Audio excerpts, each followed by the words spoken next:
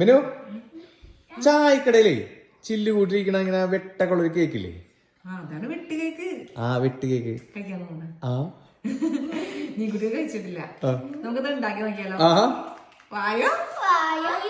വെട്ട് കേക്ക് ഉണ്ടാക്കാൻ വേണ്ടിയിട്ടേ ഞാനിവിടെ 2 കപ്പ് മൈദ എടുത്ത് വെച്ചിട്ടുണ്ടേ. അതിലേക്ക് 2 ടേബിൾ സ്പൂൺ റവ ഇട്ട് കൊടുക്കുവാണ് കേട്ടാ. അതിലേക്ക് 1/4 ടീസ്പൂൺ ബേക്കിംഗ് സോഡയും കൂടി ഇട്ട് കൊടുക്കുവാണേ. ഇനി അതിലേക്ക് ഒരു നുള്ളു ഉപ്പും കൂടി ഇട്ട് കൊടുക്കുകയാണ് കേട്ടാ. ഇനി ഇതെല്ലാം കൂടെ നമുക്ക് നന്നായിട്ടൊന്ന് മിക്സ് ചെയ്ത് കൊടുക്കാം കേട്ടാ. മിക്സ് ചെയ്ത ജാറിലേക്ക് 1/2 കപ്പ് പഞ്ചസാര എടുത്ത് വെച്ചിട്ടുണ്ടേ. അതിലേക്ക് ഇതേ ഒരു 4 ഏലക്കായുടെ കുരു മാത്രം ഞാൻ എടുത്തിട്ടുണ്ട് കേട്ടോ. തൊലി എടുത്തിട്ടില്ല, കുരു മാത്രമേ എടുത്തിട്ടുള്ളൂ. അതങ്ങ് ഇട്ട് കൊടുക്കാം. അത് നമുക്കൊന്ന് മിക്സി ജാറിലിട്ടിട്ട് നന്നായിട്ടൊന്ന് പൊടിച്ചെടുക്കാം കേട്ടാ. ഇതെവിടെ ഒരു ലിറ്റിൽ ഹെൽപ്പർ ഇരിക്കുന്നുണ്ട് കേട്ടോ അമ്മേനെ ഹെൽപ്പ് ചെയ്യാനായിട്ട്. ഓണാക്കി കേസാക്കി കേട്ടാ. പിന്നെ എടുത്തേക്കുന്നത് 2 മുട്ടയാണ് കേട്ടോ. റൂം ടെമ്പറേച്ചറിലുള്ള മുട്ട എടുക്കാൻ ശ്രദ്ധിക്കണേ. അത് നമുക്ക് ആ പൊടിച്ച വെച്ച പഞ്ചസാരയിലേക്ക് ഒഴിച്ചു കൊടുക്കാം കേട്ടാ. ഇനി നമുക്ക് ആ മുട്ടയും കൂടെ നന്നായിട്ടൊന്ന് അരച്ചെടുക്കാം കേട്ടാ. എല്ലാം കൂടെ നമുക്ക് നന്നായിട്ട് അരഞ്ഞ് കിട്ടിയിട്ടുണ്ട്. അത് നമുക്കിത് നമ്മുടെ പൊടിയിലേക്ക് അങ്ങ് ഒഴിച്ചു കൊടുക്കാം കേട്ടോ. ഇനി അതിലേക്ക് 1.5 ടേബിൾ സ്പൂൺ നെയ്യ് ഒഴിച്ചു കൊടുക്കണം കേട്ടാ. ഒഴിച്ചു കൊടുക്കാക്കൂട്ടാ. ഇനി ഇതെല്ലാം കൂടെ നമുക്ക് നന്നായിട്ടൊന്ന് മിക്സ് ചെയ്ത് കൊടുക്കാവേ.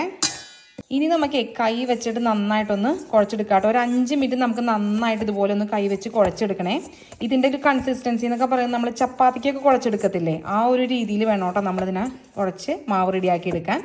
നല്ല പോലെ കുഴച്ചെടുത്ത് ഇവിടെ വെച്ചിട്ടുണ്ട് കേട്ടോ. കണ്ടോ, നല്ല സോഫ്റ്റ് ആയിട്ട് നമുക്ക് തന്നെ കിട്ടിയിട്ടുണ്ട്. നിങ്ങൾ കുഴയ്ക്കുന്ന സമയത്ത് നിങ്ങൾക്ക് വെള്ളത്തിൻ്റെ അളവ് കുറവാണെന്ന് തോന്നുന്നുണ്ടെങ്കിൽ കുറച്ച് പാല് ചേർത്ത് കൊടുത്ത് ഒന്ന് കുഴച്ചെടുത്താൽ മതി. ഒരിക്കലും വെള്ളം ചേർത്ത് കൊടുത്ത് കുഴയ്ക്കരുത്. ഇനി അഥവാ നിങ്ങൾക്ക് വെള്ളം കൂടുതലാണെന്ന് തോന്നുന്നുണ്ടെങ്കിൽ അല്പം മൈദപ്പൊടിയും കൂടി ചേർത്തിട്ട് വീണ്ടും ഒന്നും കൂടെ നന്നായിട്ട് കുഴച്ചെടുത്താൽ മതി കേട്ടോ. ഇനി ഇത് ഞാനേ നന്നായിട്ട് നനവുള്ള ഒരു തുണി വെച്ചിട്ട് നന്നായിട്ടൊന്ന് മൂടി വെക്കുവാണേ. അതെല്ലാം തുണി കൊണ്ട് മൂടി വെക്കേണ്ടതെന്നുണ്ടെങ്കിൽ ഒരല്പം നെയ്യോ എണ്ണയോ മേളിൽ തടകിയിട്ട് ഇതുപോലെ ഒന്ന് വെച്ചാൽ മതി.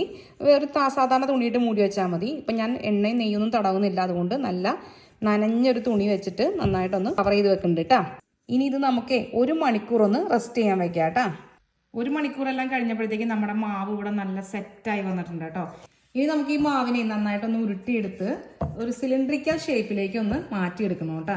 ഇങ്ങനെ പതുക്കെ ഇങ്ങനെ ചെയ്ത് കൊടുത്താൽ മതി. അപ്പോഴത്തേക്ക് അത് ചെറിയ ഷേപ്പൊക്കെ വന്ന് തുടങ്ങും. കണ്ടതാ ഇതുപോലെ ഒരു ഷേപ്പാക്കി ഞാൻ ഇവിടെ എടുത്ത് വെച്ചിട്ടുണ്ട്. നിങ്ങളിങ്ങനെ മാക്സിമം ഒരേ വണ്ണത്തിൽ എടുക്കാൻ ശ്രമിക്കണം. ഇനി ഇത് ഏകദേശം ഒരേ അളവ് വരുന്ന ഒരു രീതിയിൽ നമുക്കിങ്ങനെ ചെറിയ പീസുകളാക്കി മുറിച്ചെടുക്കാം കേട്ടോ. ഏകദേശം എല്ലാം ഒരേ അളവിൽ അല്ലെങ്കിൽ ഒരേ സൈസിൽ നിൽക്കാൻ പാകത്തിന് നമുക്ക് മുറിച്ചെടുക്കാം കേട്ടോ. നമ്മളിതുപോലെ ചെറിയ കഷ്ണങ്ങളാക്കി ഇങ്ങനെ മാറ്റി വെച്ചിട്ടുണ്ട്. നമ്മുടെ ഇത് മാത്രം കുറച്ച് വലുതായി പോയി കേട്ടോ ലാസ്റ്റത്തെ. ഇനി നമുക്കിതുണ്ടല്ലോ ഇതുപോലെ ഒരു പീസ് ഇങ്ങനെ എടുത്തിട്ട് നമുക്കിങ്ങനെ പിന്നെ വെട്ട് കേൾക്കുന്നല്ലേ പറയുന്നത്, അപ്പോൾ നമുക്കിങ്ങനെ വെട്ടി കൊടുക്കാം. ഇതുപോലെ ഒന്ന് കട്ട് ചെയ്യാം. അതുപോലെ ഈ 2 സൈഡിൽ നിന്നും ഇവിടെ നിന്നും ഇങ്ങനെ കട്ട് ചെയ്യാം.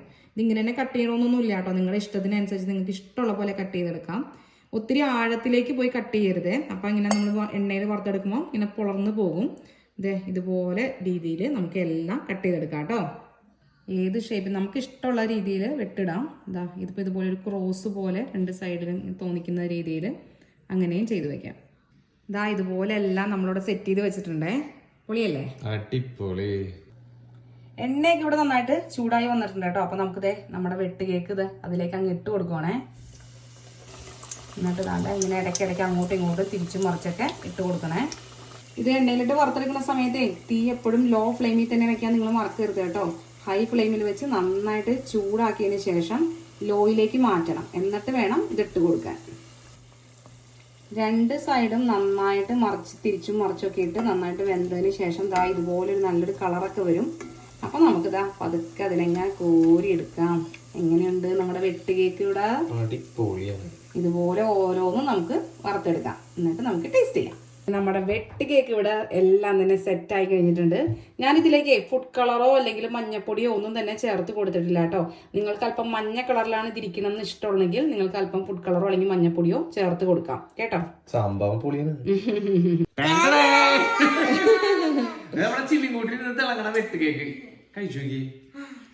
നീക്കുട്ടി ഇതുവരെ കഴിച്ചിട്ടില്ല കേട്ടോ. അതുകൊണ്ട് നീക്കുട്ടിയാണ് ഇതിൽ ആള് കഴിക്കേണ്ടത്.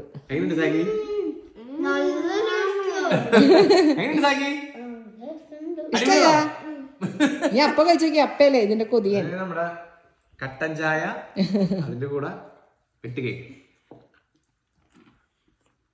നല്ല ക്രഞ്ചിയുമാണല്ലോ. സൂപ്പർ, അടിപൊളി കേട്ടോ.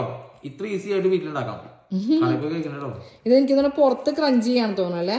പുറത്ത് കുറച്ച് ക്രഞ്ചി ആണ്, പക്ഷെ ഉള്ളിൽ നല്ല സോഫ്റ്റ് ആണ്. ആണോ?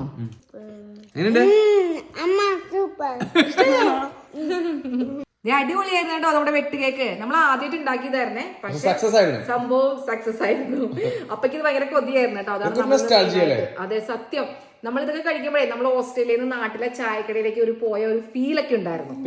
അപ്പൊ വീട്ടിലെ ഇതുപോലെ ഞങ്ങളെ പോലെ ഇങ്ങനെ നാടിനെ സ്നേഹിക്കുന്നവരെല്ലാരും തന്നെ ഇത് ഉറപ്പായിട്ട് ഉണ്ടാക്കി നോക്കണം. സൂപ്പറാണ്, ഒന്നും പറയാനില്ല. വീട്ടിൽ വളരെ എളുപ്പത്തിൽ പെട്ടെന്ന് ഉണ്ടാക്കാൻ പറ്റുന്ന ഒരു സാധനമാണ്.